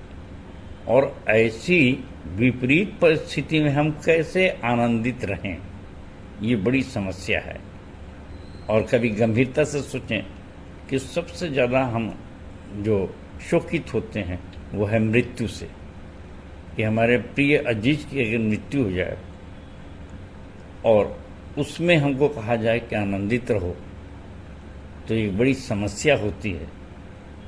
और इसके लिए बहुत से वचन प्रभु में लिखाए गए हैं। पहला थिस्सलुनीकियों 4:13, और हमारा शोक औरों की नई न हो जिन्हें आशा नहीं। सो दृढ़ निश्चय पहले से ये पक्का कर लीजिए अपने मन में कि कभी भी कोई भी घटना हो सकती है, हम किसकी मृत्यु को रोकें। और इसलिए प्रतिदिन हम धन्यवाद दें, और जो कुछ भी होता रहता है उसके लिए पहले से मन को कड़ा रखें कि प्रभु ने दिया है, प्रभु ने ली, अगर ले ले तो हम अय्यूब की तरह हमेशा कहें कि प्रभु का नाम धन्य है। अगर हम मन में पहले ही संकल्प कर लिए, पहले ही सोच लिए, तो निश्चित रूप से हम किसी भी अनहोनी का सामना कर सकते हैं।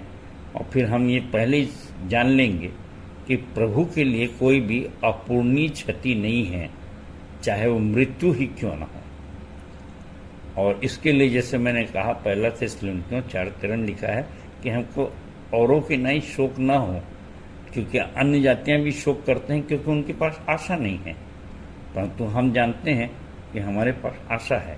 और इसके लिए बाइबल के बहुत सी बातें हम जानते हैं कि जब मरियम मार्था का भाई लाजर ख़त्म हुआ, तब भी यही स्थिति थी।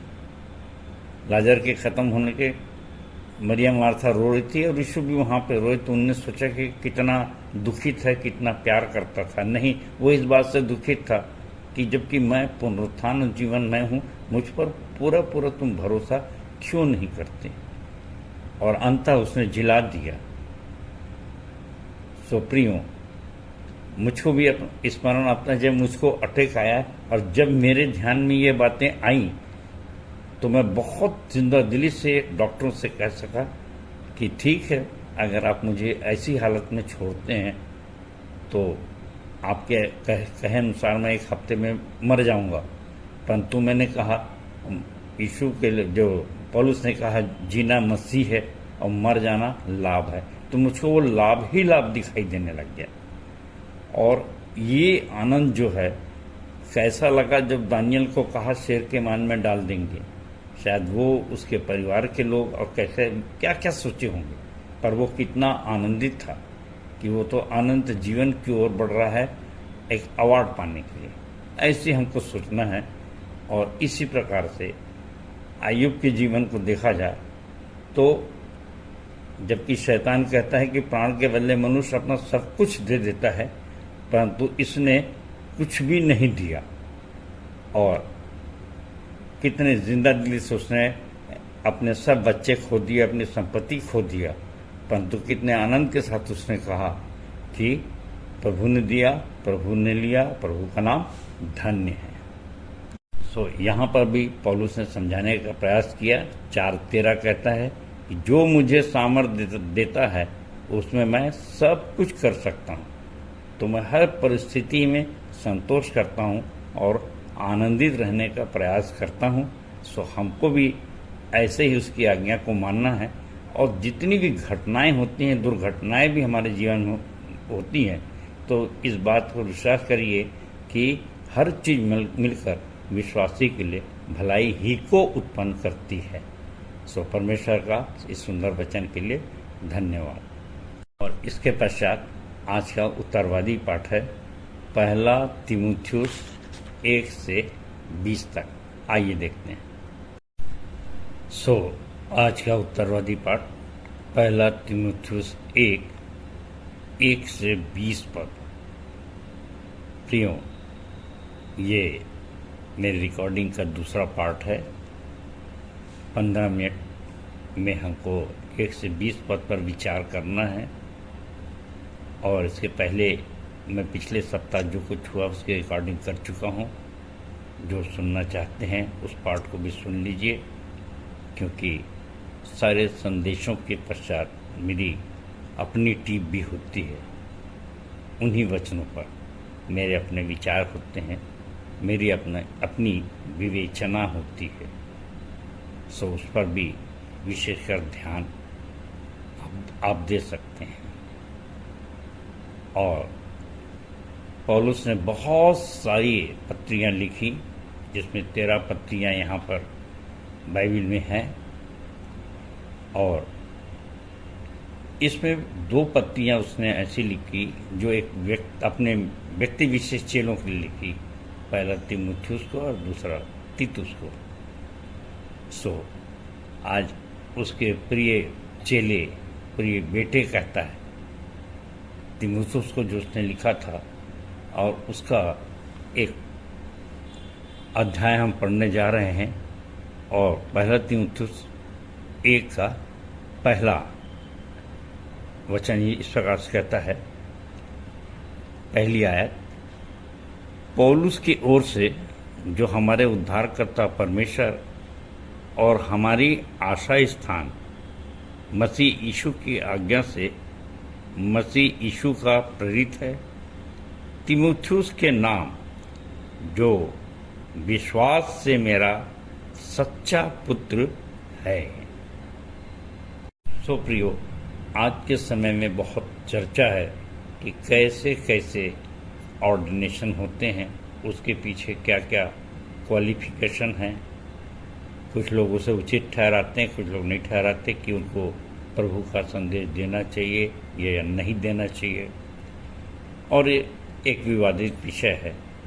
पर यहाँ पर अगर वचन देखा जाए तो पौलुस कहता है कि मैं परमेश्वर की आज्ञा से प्रेरित हूँ, मनुष्यों की आज्ञा से नहीं, और मेरा अभिषेक परमेश्वर ने यीशु मसीह ने में किया है। और अब हम प्रेरितों के काम 9 उसका डिटेल जानते हैं विस्तार से कि कैसे वो सड़क से घोड़े से गिरा और पवित्र आत्मा ने उसे उसका अभिषेक किया। आज अगर ऐसे संदर्भों को लाया जाए तो शायद ही कोई विश्वास करे या उसको रिकॉग्नाइज करे, मान्यता प्रदान करे, परंतु जिन्हें काम करना है वो परमेश्वर की आज्ञा समझकर कार्य करते हैं और फिर उसके फल भी उनको मिलते हैं। पहली चीज़ तो ये है कि परमेश्वर की आज्ञा से भी उस समय भी प्रेरित निर्धारित किए जाते थे और आज भी। और दूसरा, वो अपना रिश्ता बताता है कि विश्वास में मेरा सच्चा पुत्र है। ये एक रिश्ता है कि एक माँ से जन्मे हुए 2 भाई नहीं और मेरी शादी हुई और मेरे पत्नी से ये बच्चा हुआ, ऐसा भी नहीं। ये विश्वास के पुत्र। और हम सब जानते हैं कि पौलुस ने आगे लिखा है कि मेरे पास तुम्हारे जैसा विश्वासी कोई और चेला है भी नहीं, पुत्र नहीं है। सो ऐसे प्रिय पुत्र को वो कुछ समझाना चाह रहा है और हम भी इन बातों को समझने का प्रयास करें। और तीसरे और चौथे पद में उसने कहा कि इन्हें मैंने समझाया कि तुम्हें कैसा प्रचार करना चाहिए, कैसी शिक्षा देना चाहिए। अनंत वंशावलियों पर विश्वास न करें, क्योंकि इसका परमेश्वर से जो विश्वास है, यीशु मसीह पर जो विश्वास है, उससे इसका कोई संबंध नहीं है। और मेरे प्रियो, पुराने नियम में हम देखें तो ऐसे बहुत सी घटनाएं हैं जिस पर कि प्रचार किए जाते हैं। और आज के लिए कि हमारा विश्वास पक्का हो सके, हम भटके ना, परमेश्वर ने ये उपाय किया कि यीशु मसीह को भेजा है, स्पेशली विशेष करके। और उस समय इन्हें गिने विश्वासी लोग थे, कट्टर विश्वासी को हम नहीं भूल सकते, मूसा को, इब्राहिम को, एस्तर को, ऐसे बहुत से पात्र हैं, स्वयं पौलुस को।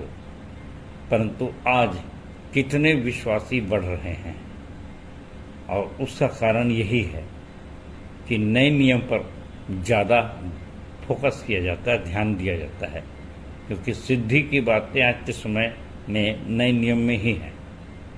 और इसलिए पौलुस यहाँ अपने प्रिय को समझा रहा है कि जैसे मैंने मकीदुनिया को जाते समय तुझे समझाया था कि इफिसुस में रहकर कितनों को आज्ञा दे कि और प्रकार की शिक्षा न दें और उन ऐसी कहानियों और अनंत वंशावलियों पर मन न लगाएं जिससे विवाद होते हैं और परमेश्वर के उस प्रबंध के अनुसार नहीं जो विश्वास से संबंध रखता है।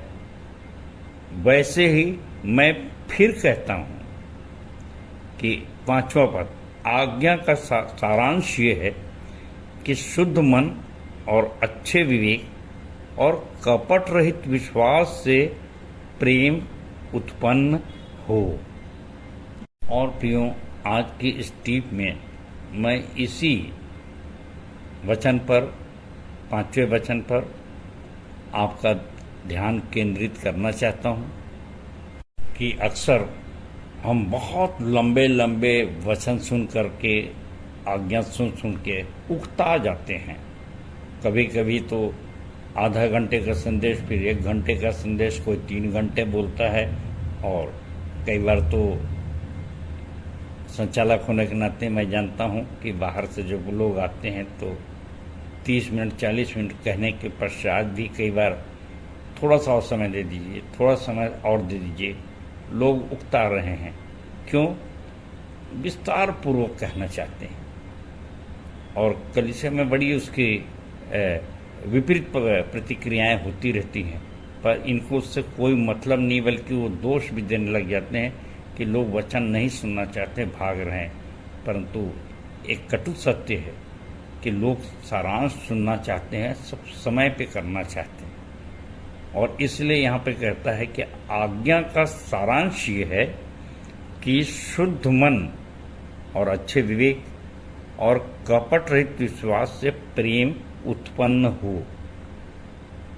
अब इस आज्ञा को मैंने आत्मसात किया। मैंने कहा प्रेम उत्पन्न करने के लिए आप पहले नंबर का बोर्ड देख लीजिए, विश्वासी मंदिर, जो कि अद्भुत मंदिर कहलाता, अद्भुत कलीसिया कहलाती है। और वहाँ ये बोर्ड लिखे गए हैं, परिभाषा लिखी गई है, पुस्तक में भी छपा है, हमन गाना गबन में आप सब देखते रहते हैं कि प्रेम की परिभाषा क्या है। सबसे पहला प्रेम अपने आप को करना है, और उसका असर पड़ेगा तो परिवार में होगा, और उसके बाद फिर तब जाके पड़ोसी तक पहुँचिए। और उस इतना करने के पश्चात चौथे प्रेम के लिए मझधार जैसा होता है। और चौथी वाणी भी आप जानती हैं, यीशु मसीह ने जो क्रूस से कहा था, मझधार टाइप की होती है। और उसमें यीशु मसीह भी कहते हैं, विचलित होते हैं और कहते हैं मेरे परमेश्वर तूने मुझे क्यों छोड़ दिया। और हमारे लिए कठिन बात होती है दुश्मन से प्रेम करना। और बाय द वे, और उसको हम गाना भी गाते हैं कि अपनों को तो इस दुनिया में सब प्यार करते हैं, दुश्मन से प्यार करना मसीहा सिखाते हैं। और इस मसीहा को अगर आपने आत्मसात किया तो दुश्मन से प्रेम आसानी से कर सकते हैं। जैसे हम जानते हैं दानियल ने किया, शद्रक मेशक अबेदनगो ने किया, और स्वयं यीशु मसीह ने करके दिखाया। तो इस प्रकार से फिर सिद्ध प्रेम और फिर श्रेष्ठ प्रेम और फिर संक्रामक प्रेम तक हम पहुंच सकते हैं। ये है आज्ञा का सारांश कि हमारा विश्वासी मंदिर कैसे प्रेम उत्पन्न करना सिखाया जाता है। इसे 3 खंड पे देखिए। पहली चीज़ है शुद्ध मन, दूसरा है अच्छा विवेक, और दूसरा कपट रूपी विश्वास से। इन 3 चीज़ों को मिक्स करके जो प्रेम उत्पन्न होगा वो शुद्ध होता है। और शुद्ध के लिए सुंदर ढंग से यीशु मसीह ने कहा 9 धन्य में कि धन्य है जिनके मन शुद्ध हैं क्योंकि वे परमेश्वर को देखेंगे। मत्ती 5। मत्ती 5:8 के अनुसार अगर हमने परमेश्वर को नहीं देखा है तो निश्चित रूप से हमारा मन शुद्ध नहीं है, क्योंकि वचन तो झूठा हो नहीं सकता। और इसलिए मैंने अपने अद्भुत मंदिर की कलीसिया में स्पष्ट लिख दिया कि आप परमेश्वर को कैसे देख सकते हैं। मैंने तो देखा है, और मैं चाहता हूं मेरे प्रियो कि आप भी इस बात का दावा करें, क्योंकि विश्वासी मंदिर में परमेश्वर दिखाया जाता है। और इसलिए इसको हम भेद जैसी कोई बात नहीं कर रहे हैं। गुरु मंत्र में बहुत स्पष्ट लिखा है कि आपको परमेश्वर को देखना ही है या फिर शैतान को देखना ही है तो अपने आप को दर्पण में देखें। यदि आपका मन शुद्ध नहीं है तो आपको दर्पण में निश्चित रूप से शैतान दिखाई देगा, और यदि आपका मन शुद्ध है तो आपको परमेश्वर ही दिखाई देगा। ये आपके ऊपर है कि आप कैसी विवेचना करते हैं, क्योंकि दूसरा वाला जो पॉइंट है, पहला शुद्ध मन और दूसरा है अच्छे विवेक से आप कैसी विवेचना करते हैं। और इसके संबंध में आप तीतुस 1:15 देख सकते हैं। तीतुस को अपने दूसरे चेले को भाई कोई लिख रहा है कि शुद्ध व्यक्ति के लिए शुद्ध मनुष्य के लिए हर चीज शुद्ध है, और अशुद्ध अविश्वासी के लिए कुछ भी शुद्ध नहीं, क्योंकि इनका बुद्धि और विवेक दोनों अशुद्ध हैं। और इसलिए अब प्रश्न उठता है कि आप कैसी विवेचना करते हैं। उसके लिए मैं आपके सामने बड़े सारांश में 2 घटनाएं बताऊंगा। एक तो यीशु मसीह ने पूछा कि लोग मेरे विषय में क्या कहते हैं। जिसने जैसा भी विवेचना किया और अपने विवेक से कहा कि किसी ने कहा पेटू पियक्कड़ महसूल लेने वाला पापियों का मित्र, और किसी ने कहा है एलिया है, और किसी ने एलिशा का, और ऐसे या मूसा, ऐसे बहुत सारे पात्र कहते थे। परंतु यीशु मसीह ने पतरस से पूछा लेकिन तेरी विवेचना के अनुसार मैं क्या हूँ, कौन हूँ? तो पतरस ने कहा तो जूते परमेश्वर का पुत्र मसीह है।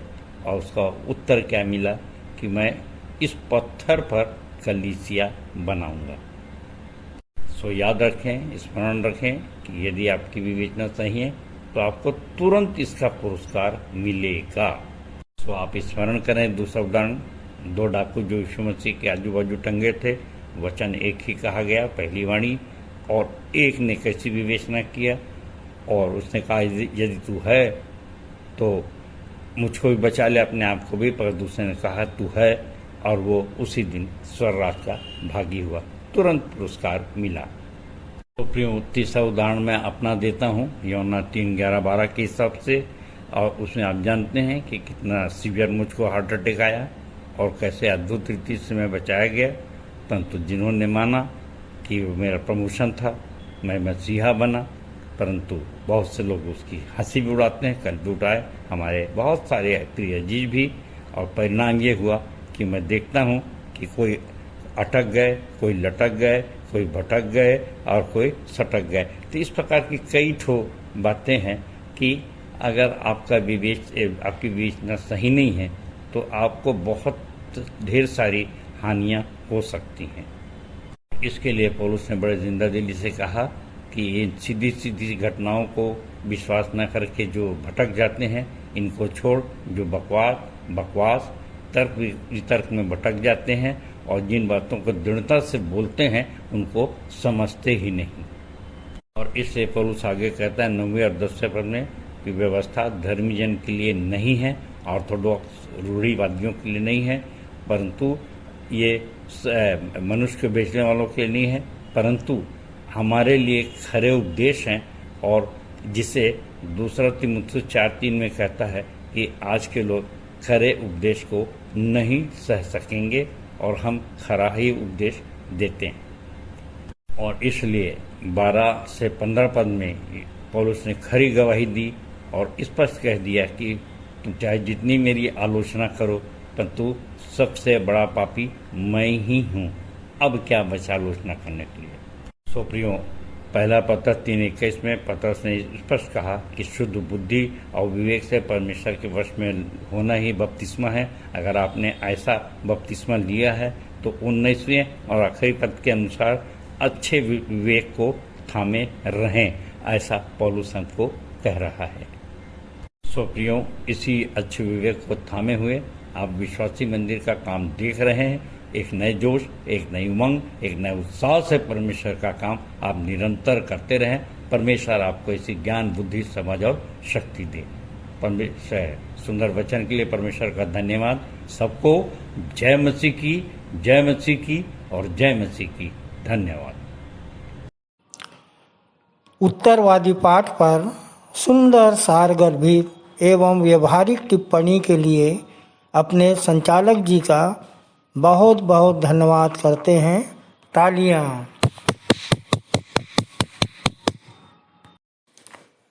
हम अपनी आराधना के अंतिम भाग में हैं।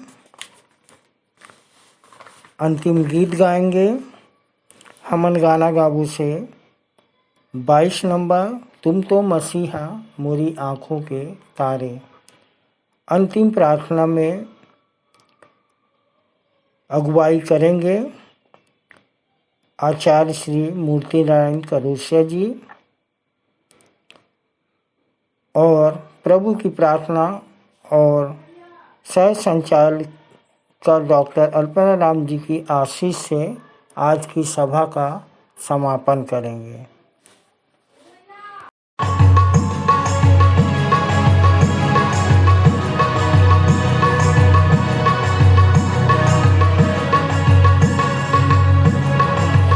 तो मसीहा मोरी आंखों के तारे, बोलो ना मोरी खबरिया, मसीह बोलो ना मोरी खबरिया।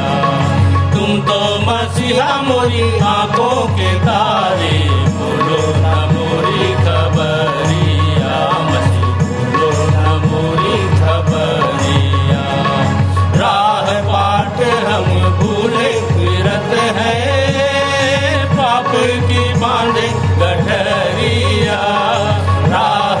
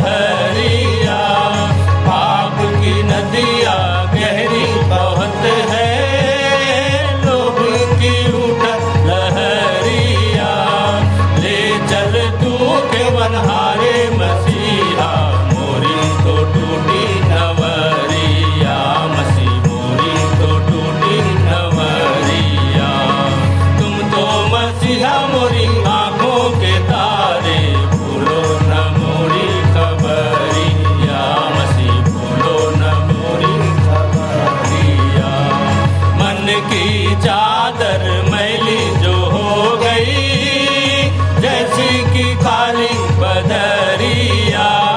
मन की चादर मैली जो हो गई, जैसी कि काली बदरिया। अपने रुधिर से धो दे मसीहा मन की यह मैली चदरिया। मसीह मन की यह मैली चदरिया। तुम तो मसीहा मोरी आंखों के तारे, भूलो न मोरी खबरिया। मसीह भूलो न मोरी खबरिया। कब हूँ तो सोए महल दो महल, कब हूँ तो ऊंची अटरिया। कब हूँ तो सोए महल दो महल, कब हूँ तो ऊंची अटरिया। रहियो सहाई मेरे मसीहा, जब तक न सोऊं कबरिया। मसीह जब तक न सोऊं कबरिया। तुम तो मसीहा मोरी आंखों के तारे, भूलो न मोरी खबरिया। मसीह भूलो न मोरी खबरिया। यह शैतान बड़ो दुखदाई, मिलके मारे कटरिया। यह शैतान बड़ो दुखदाई, मिलके मारे कटरिया। राधि के अवगुण ढापी बचाओ, तेरी तो प्यारी नजरिया। मसीह तेरी तो प्यारी नजरिया।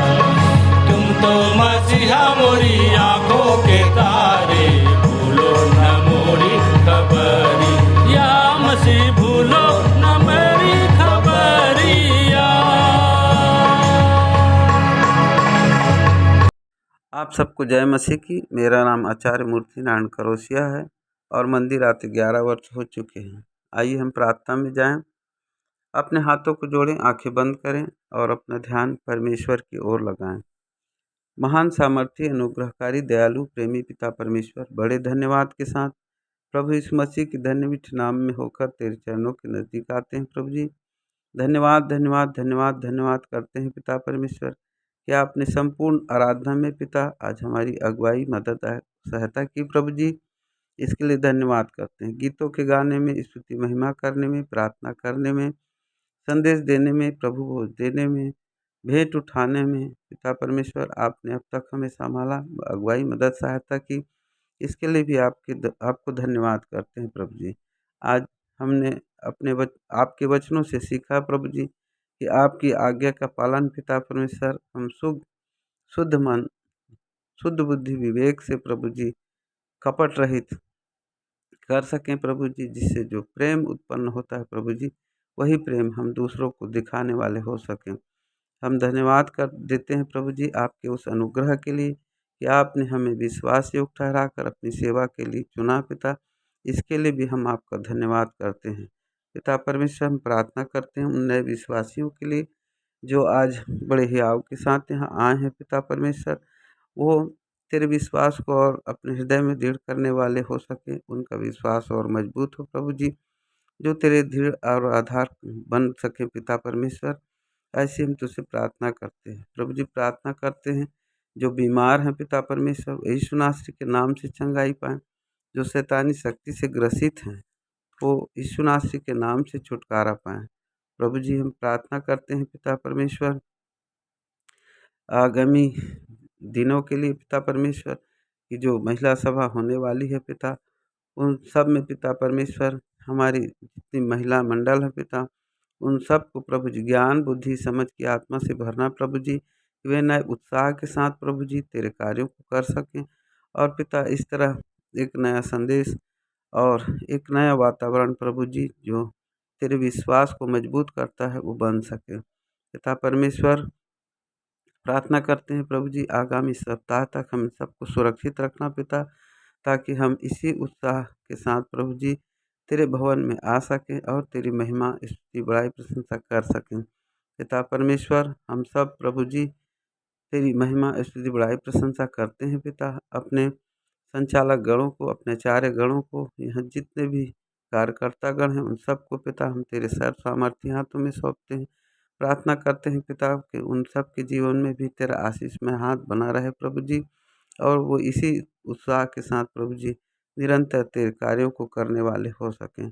प्रभु जी, जब हम अपने घरों को जाते हैं पिता, हम सुरक्षित वहाँ तक पहुँच सकें, स्वर्गदूतों के पहरे में पिता अपने घरों को पहुँच कर तुझे धन्यवाद देने वाले हो सकें। सारी बातों के लिए पुनः धन्यवाद करते हैं प्रभु जी। यहाँ उपस्थित प्रत्येक जन के लिए धन्यवाद देते हैं। उन सबको तेरे सर्व सामर्थ्य हाथों में सौंपते हुए छोटी विनती प्रभु यीशु मसीह के धन्य मीठे नाम में होकर मांगते हैं, आमीन।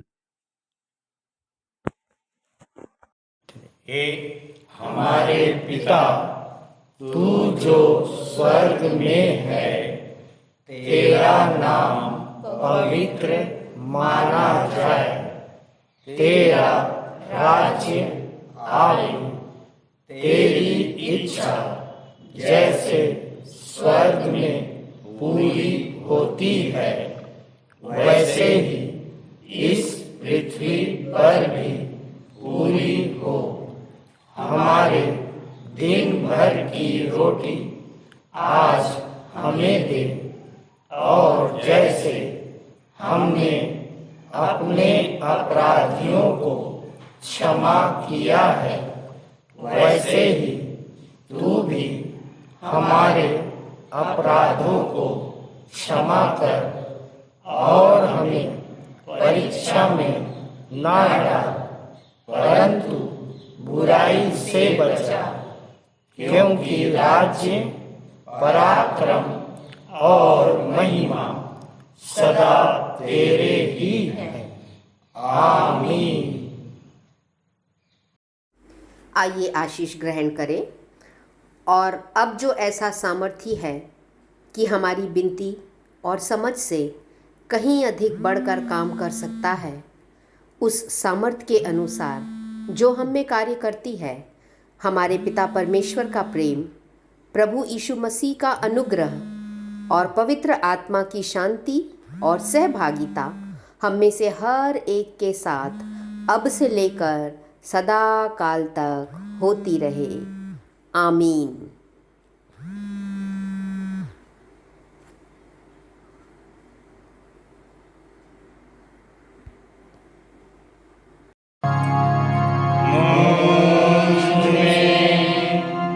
यीशु की शोभा दिखाई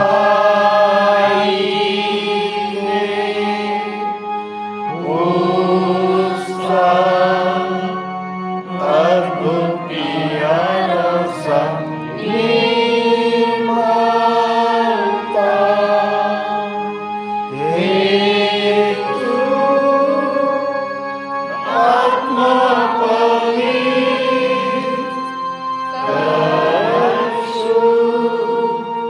मेरा शरीर मुझ में यीशु की शोभा दिखाई दे, आमीन, आमीन।